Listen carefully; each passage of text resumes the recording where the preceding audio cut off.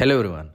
Nowadays, many people are stopping their SIPs due to market volatility arising from the SVB crisis, Credit Suisse collapse, rising interest rates, etc. etc. The SIP stoppage ratio, which tells us about the number of closed accounts to the new account openings, shot to a 27-month high of 0.68 according to the Association of Mutual Funds in India. This shows that investors are turning cautious.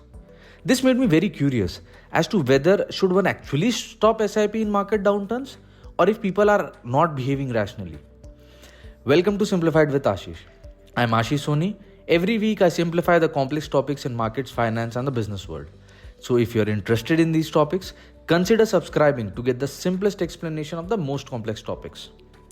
In this episode, I am going to discuss with actual numbers and proof whether you should stop your SIP during a declining market or not. Let's take a quick example. How do you decide whether a child is better in studies compared to his friend? You look at their scores, right? And if he is getting higher marks, then he is better than the friend. Similarly, everyone invests in the market to grow their money faster than the bank rates, inflation, etc. etc. The number to check this growth for SIP is XIRR. Very simply put, XIRR or extended internal rate of return, as it is called, is a percentage figure which tells you what percentage return you are getting in your SIP. The higher the XIRR, the better your SIP is performing. Hence, the decision to stop the SIP or not should only be checked with XIRR. Now you might ask, Ashish, how would we know the XIRR of our SIP 5 years or 10 years down the line in the future? We don't know how the markets are going to perform. And you will be right to question me as well. But as US President Theodore Roosevelt said, the more you know about the past, the better prepared you are for the future. So let's analyze the past. Let's analyze what would have happened if you did or did not stop your SIP in the global financial meltdown of 2008. In 2008, the market started declining mid-2008 and stayed low till mid-2009 when they started recovering finally. Now, I have assumed person A invested in Nifty 50 10,000 rupees a month on the 10th of every month starting from January 2005 all the way till December 2009. So this person did not stop his SIP. Now let's consider a second person, person B. He invested the same amount in Nifty 50 itself of 10,000 a month on the same dates, 10th of every month starting from January 2005. But he stopped the SIP in June 2008 when markets started declining and restarted it after 12 months in June 2009. Hence, A invested for 60 months, whereas B invested only for 48 months. Now let's check the XIRR for A and B and compare. Now I have built this Excel model wherein you can get the XIRR of various strategies. If you want to play around for yourselves, you can access it from the description box below. After crunching the numbers, the conclusion was, person A, who did not stop the SIP, would have netted an XIRR of 17.37% versus person B, who stopped the SIP, netting an XIRR of only 15.40%. Hence, person A performed better than person B.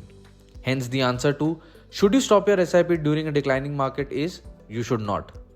Now, going deeper into why A performed better than B would need me to go deeper into how XIRR is calculated.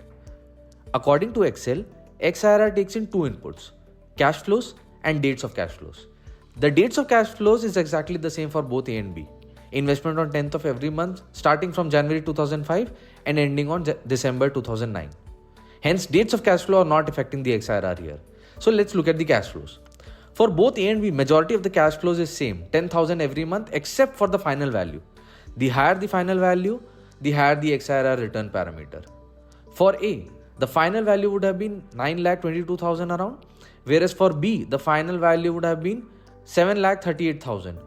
So much higher for A. How? Now, whenever you invest in a mutual fund, you receive units of mutual fund based on the net asset value of the mutual fund.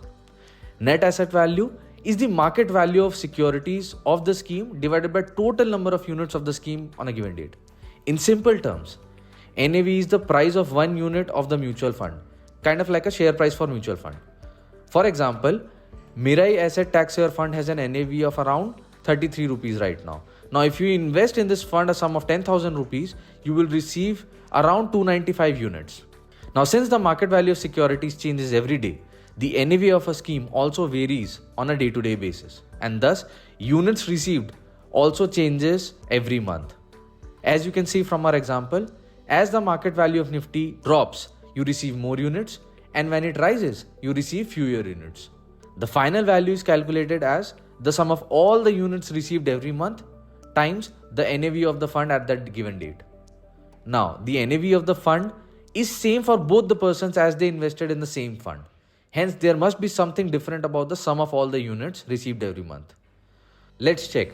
The sum of all the units of A is around 3500, whereas for B is 2800. There are two reasons for higher units of A.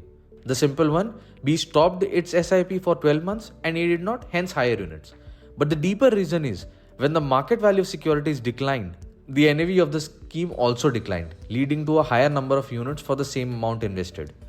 A did not stop the SIP when markets were declining, hence he got the benefits of higher units for the same amount invested, leading to greater total number of units after 5 years. Hence, especially when the markets are declining, you should not stop your SIP.